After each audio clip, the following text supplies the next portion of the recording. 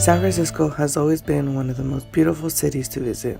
Its diverse culture always brings people back, let alone all the art, music, museums, and architecture around the city. In this film, we take a trip around the city, visiting 4 different sites, but also 2 different worlds, and show how they all tie together. Our first trip was down South of Market, where we visited different popos, privately owned public open spaces. These are spaces where you can come on your lunch and just relax, or come with a friend and catch up. All the art around these spaces are very modern, but yet always tell a story. We also visited the Modern Art Museum, where we saw some unique art. This trip took us first into the future of San Francisco and everything it's becoming.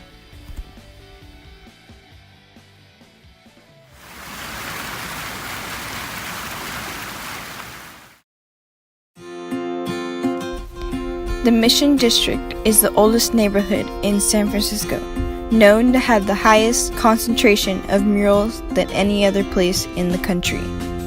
Between Valencia Street and Mission Street is Carlin Alley.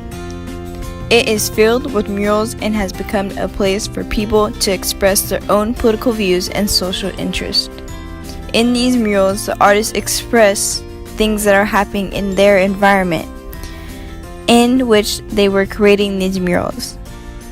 So the audience have a core sample of what's happening in the Mission District, but also is representing what's happening throughout the United States.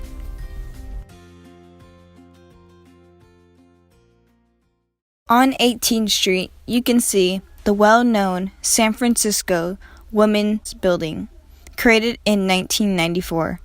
It's the first women-owned and women-led community space. It's a safe place for all women that reach for help.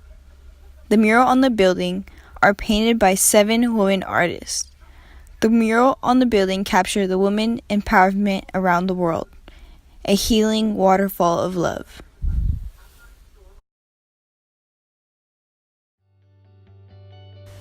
The South of Market area is a concentration of corporate headquarters, banks, as well as other financial institutions. What makes the South of Market area unique is its distinct architecture. Although the progression of new modern architecture has been integrated throughout the years, historic architecture is preserved and repurposed, as San Francisco architectural heritage is the historic fabric of the city.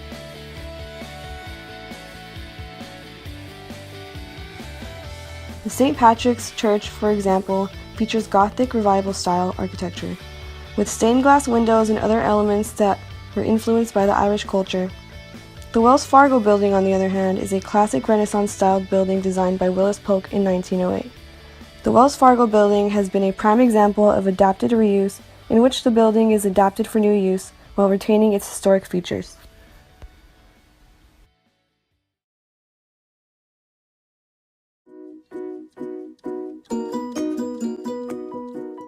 When it comes to San Francisco, art and architecture are not what holds the city together. It's the food. Bringing people from all over the city to one location, enlightening one another in the endless selection of cultural foods. My name is Sebasti and I work for GL Alfieri. The fact that we have been farming the same way for about 100 years. We don't use any chemicals, no pesticides or anything like that. So we got, premium quality.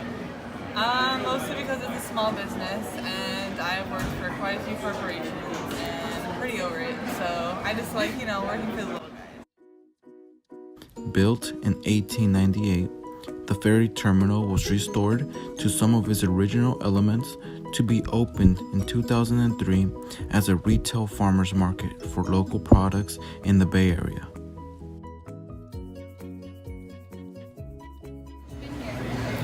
Here in the ferry building since the ferry building started. I can't remember exactly how many years ago that was, but we've been here since 2000. We have one of the only vertically integrated beef ranches in the United States. So we have a closed herd, which means we don't bring in any cattle from any other outside sources. So we can track the number by individual package of steak that it is. Tell you where it's been, what it's eaten, how it's been treated. We're 100% humane, 100% sustainable. We use any antibiotics, no hormones, no corn, no soy, and we raise our own food. The ferry building has stood here for over a century, bringing the city and community together, and it will continue to do so for centuries to come.